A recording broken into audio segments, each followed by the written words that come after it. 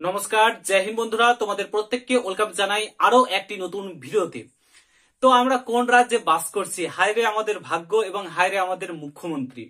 তোমরা প্রত্যেকে জানো যে 26,000 চাকরি বাতিল চলে গেছে। শিক্ষক শিক্ষিকা গ্রুপ সি গ্রুপ ডি চাকরি পুরোপুরি 26,000 চাকরি বাতিল হয়ে গেছে। 2016 সালের যে প্যানেল সেটা সুপ্রিম কোর্ট পুরোপুরি ভাবে বাতিল করে দিয়েছে।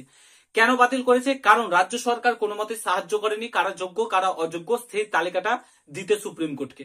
তার জন্য পুরোপুরি ভাবে বাতিল করে দিয়েছে। আর এদিকে আমাদের মাননীয় মুখ্যমন্ত্রী নিজের ভুল স্বীকার করবে কিনা। গতকালকে তিনি ইন্দোর স্টেডিয়ামে, নেতাজি ইন্দোর স্টেডিয়ামে একটা সভা করেছিলেন। সেখানে উল্টে ঘুরে সিপিএম এবং বিজেপি কে দোষ দিচ্ছে, নিজের দোষটা একবারও স্বীকার করলেন না তিনি।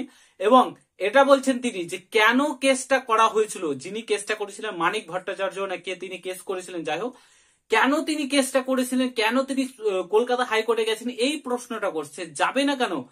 এখানে যোগ্য অযোগ্যরা চাকরি পেয়ে ঘুষ দিয়ে চাকরি পাচ্ছে, যারা যোগ্য চাকরি পায়নি তো অবশ্যই যাবে। এখানে সুপ্রিম কোর্টেরও কিছু দোষ নেই। সুপ্রিম কোর্ট যেটা পায়নি, যেটা চেয়ে পাঠিয়েছিল রাজ্য সরকার, সেটা দেয়নি। তো দোষ তো আপনাদের এখানে পুরোপুরি। তো সুপ্রিম কোর্টের ওখানে কোনো দোষ নেই, এখানে যিনি কেসটা করেছিলেন তারও দোষ নেই।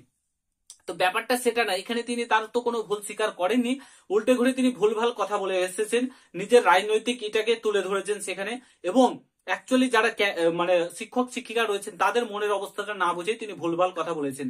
এবং এবার থেকে বলছে নাকি যারা সিভিক মানে টিচার রয়েছে, শিক্ষক যারা যোগ্য শিক্ষক রয়েছে তাদেরকে নাকি সিভিক টিচার করা হবে। তিনি কিন্তু এই কথাটা তুলেছেন, ঠিক আছে। সিভিক টিচার হিসাবে, ভলেন্টিয়ার টিচার হিসাবে কাজ করার কথা তিনি বলেছেন। পুরো ভিডিওটা দেখো, সমস্ত কিছু তোমাদেরকে বলছি। চ্যানেলে যদি নতুন হও অবশ্যই চ্যানেলটাকে সাবস্ক্রাইব করে পাশে থাকা বেল আইকনটাকে প্রেস করে দেবে। যখনই আমি নতুন ভিডিও আপলোড করব তার নোটিফিকেশন সর্বপ্রথম পেতে অতি অবশ্যই চ্যানেলটাকে সাবস্ক্রাইব করে দেবে। আর তোমরা যারা যারা এখন আমাকে ইনস্টাগ্রাম ফলো করেন কি করছো? অবশ্যই ফলো করো। ভিডিও ডেসক্রিপশন বক্সে লিংক দেওয়া হচ্ছে, অনেক কিছু কথা শেয়ার করার আছে সেখানে, তো অবশ্যই ফলো করো। তো অনেক কিন্তু তোমরা দেখতে পাচ্ছ গতকালকে নেতাজি ইন্দোর স্টেডিয়ামে তিনি একটা সভা করেছিলেন। সেখানে তিনি যে বিষয়টা বলেছেন সেটা হচ্ছে, তিনি বলেছেন যে তোমরা চাকরি করছো, চাকরি তোমাদেরকে তো টার্মিনেট কিছু করা হয়নি, তোমাদেরকে তো বাদ দেওয়া হয়নি, কোনো লেটার কিংবা কোনো কিছু পাঠানো হয়নি, তোমরা তো চাকরি থেকে এখনো বরখাস্ত হওনি, তাহলে কেন তোমরা যাবে না? তোমরা অবশ্যই শিক্ষকতা করবে, তোমরা স্কুলে স্কুলে যাবে, ভলেন্টিয়ার হিসাবে তো তোমরা কাজ করতেই পারো, সিভিক ভলেন্টিয়ার, সিভিক শিক্ষক হিসাবে তো তোমরা কাজ করতেই পারো, ভলেন্টিয়ার শিক্ষক হিসাবে তোমরা কাজ করতেই পারো, কেন করতে পারো না? এইভাবে করতে করতে কবে দেখবে সত্যি সত্যি তোমাদেরকে ভলেন্টিয়ার বানিয়ে দিয়ে রেখে গেছে, তোমরা জানতেও পারবে না। ঠিক আছে, এই মহিলা এত চালাক যে কবে তোমাদেরকে ভলেন্টিয়ার শিক্ষক করেই রেখে দেবে, তোমাদেরকে পার্মানেন্ট, তোমরা অ্যাকচুয়ালি যারা যোগ্য তাদেরকে কিন্তু আর শিক্ষকতা দেবে না, শিক্ষক নিয়োগ হবেও না। বর্তমানে রাজ্যের যে অবস্থা করে রেখেছে, বর্তমানে শিক্ষক নিয়োগও হবে না। তিনি ভলেন্টিয়ার শিক্ষক করে রেখে দেবেন, সিভিক শিক্ষক করে রেখে দেবেন, মাইনে দেবে 5,000 6,000 10,000 করে শিক্ষক দেবেন, যেটা অ্যাকচুয়ালি তিনি চেয়েছেন সেটাই কিন্তু করে দেখাবেন।